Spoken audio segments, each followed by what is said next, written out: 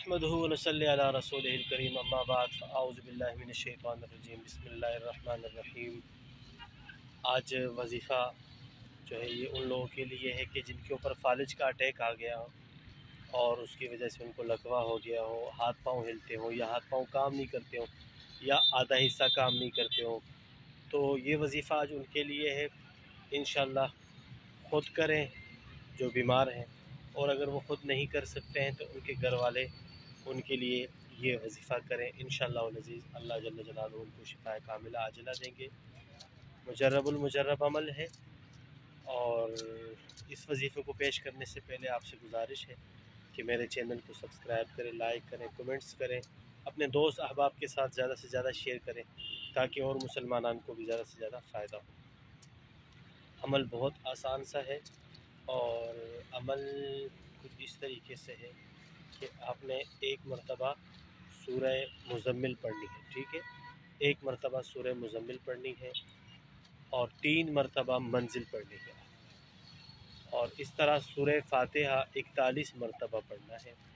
آپ نے پانی پہ دم کرنا ہے، تیل پہ دم کرنا ہے، اور ان دوائیوں پہ دم کرنا ہے جو مریض کے لیے ڈاکٹر نے لکھی ہوئی ہے۔ تو انشاءاللہ اس تیل کی مالش ہو کم سے کم دن میں 2 سے 3 مرتبہ، اور وہ پانی بھی بار بار پیے، اپنا چہرہ دھلائے، اور جہاں جہاں پر ان کو یہ اثر ہوا ہے اس جگہ پہ بار بار وہ پانی سے اس جگہ کو دھوئیں بھی، اور یہ عمل جاری رکھیں جب تک مریض ٹھیک نہیں ہوتا۔ تو دن میں 1 مرتبہ بھی اس کو پڑھ سکتے ہیں، دن میں آپ اس کو صبح شام بھی پڑھ سکتے ہیں۔ جتنا زیادہ پڑھائی کریں گے، جتنی زیادہ وظائف ہوں گے، اور جتنا زیادہ یہ پانی استعمال ہوگا، تو انشاءاللہ مریض جلد سے جلد صحت یاب ہو جائے گا۔ اور زیتون کے تیل پر بھی اس کو دم کر سکتے ہیں۔ اور مریض کو بولیں کہ جو مریض ہے اگر وہ زیادہ پڑھائی نہیں کر سکتا تو وہ کم سے کم یا سلامو کا ورد جاری رکھے۔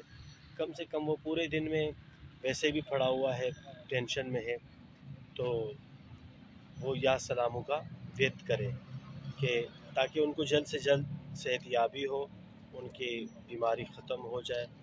اور میرے اس میسج کو صدقہ جاریہ کے طور پر شیئر کر دیا کریں تاکہ اور مسلمانان بھی اس وظائف سے فائدہ لے سکیں۔ اور اجازت کا بھی میں نے آپ کو کہا کہ بہت آسان ہے میری اجازت۔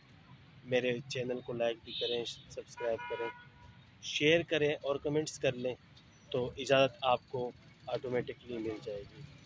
تمام دوست احباب سے گزارش ہے کہ مجھے گائیڈ کریں کہ میں کس بارے میں آگے آئندہ وظیفہ دوں، تاکہ کوشش کروں اور اچھے سے اچھا وظیفہ آپ کے سامنے پیش کروں۔ جزاک اللہ خیر۔ السلام علیکم ورحمۃ اللہ وبرکاتہ۔